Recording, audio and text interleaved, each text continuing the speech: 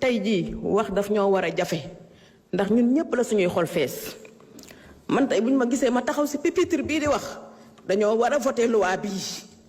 man dund naa mais am na ñu dee am na ñu tiire ay bal am na ñoo xam ne tey ñu ngi dund ak ay séquelles yu méttee métti ndax dañ leen a torturer Anta Dia bi muy wax dafa mel ni man maa doon wax parce que man may ànd ak Anta Dia di xool détenus yi di leen yóbbu di xool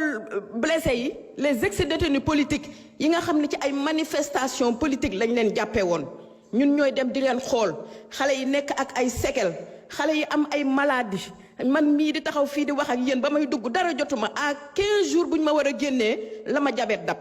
ba tey ma di ko traité ba may génn meluma woon nii waaye bravoure ak bëgg suñu réew ak xeex pour suñu souveraineté moo tax tey jii ñu mën a taxaw fii di wax di sant yàlla lu bëree bëri ndax lii mënoon naa bañ a am ñii fi toogoon di ñu torturer di ñu dóor di ñu rey mënoon nañ fee toogaat te bu boobaa dinañu génn daw génn Sénégal am ñu ko génn ñun ñi nekk ci kaso yi ñu dee fa. parce que man ba ma génnee ba ma liiree la nga xam te ne ni moom lañ ma tegal ci sama feuille liberté provisoire détention d'armes attentat à la sûreté de l'État lu nekk ñu tegal la ko association de malfaiteurs yan la ba nga dis gan. saa yu ma gisee président Ousmane Sonko lu may wax say 10 ans rafetoon na samay 10 ans rafetoon na sa 10 ans président Diomaye Faye rafetoon na xale yi ci bëri dañ leen a waroon a tëj ñii toog fii nag jël dernière rangée bi ñoom ñoo fi nekkoon di ñu rey di ñu torturer di ñu dóor di ñu yóbbu ci kaso yi di ñu fa dankale ay jigéen ak moroomu jigéen ñu bokk benn matelas boo xamante ni nii ñaari nit xajuñu ci benn nit a ci xaj ñuy warante nekk ci insalubrité bu méttee bu ñu lekkee la ñuy lekk du baax ñi dee moom ay député lañu comme ñun ndax dañoo xeex pour am seen souveraineté amuñu fii 130 député Pastef de 85 yi nekk ci biir suuf ay député lañu comme ñun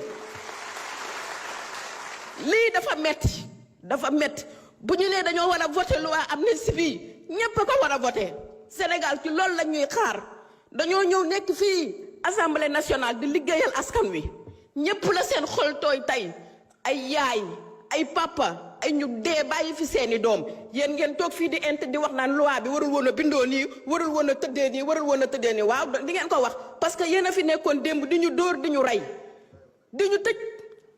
génne ñu te amul dara lu ñu toppee loo xamante ni nii lu valable la juge boo si taxawal lan la lay wax lu tax ngeen topp Ousmane Sonko yéen ñëpp yéen a ngi liggéey lu tax ngeen di topp Ousmane Sonko dañuy topp Pastef parce que lenn la ñu bëggoon li amoon ci réew mi de 1960 jusqu'à présent xale yi ñuy woowee brigand tey ñoom lañ lañ doon xeex pour am ko fi tey xale yii duñu ay brigand ay jeunes lañ yu am jom yu respecté Sénégal lu xam lan mooy Sénégal ñu am ay nawle ay bitim réew ay pays yu développé ñun ñu naroon dund ba dee ci ndóol boo ja université fees dell xale yaa ngi nii ñoo toog tey ñoom ñii la ñu tëjoon loi bi dañu koy voté te bala ngeen a xamante ni loi bi mënoon naa ëpp sax député yi nekk fii boo leen génnoon ci biti bay laaj sénégalais yi nga xam ne ñoom ñoo ñuy exiger pour ñu voté loi bi sama téléphone démb ba tey xale yaa ngi may woo maman Ami Dia nañu voté waxal député yi ñu voté loi bi dañu koy voté loi bi dañu koy voté atte leen ba fu mu yem neex xam ngeen yéen tey lan ngeen waroon a def yéen dernière rangée bii dem jëlee xale yi nekk ci kaw ñu nekk seeni consultant jàngal leen nan la ñuy tëddee kaso vous n'avez pas besoin d'avocat parce que li ngeen def dafa rëy merci beaucoup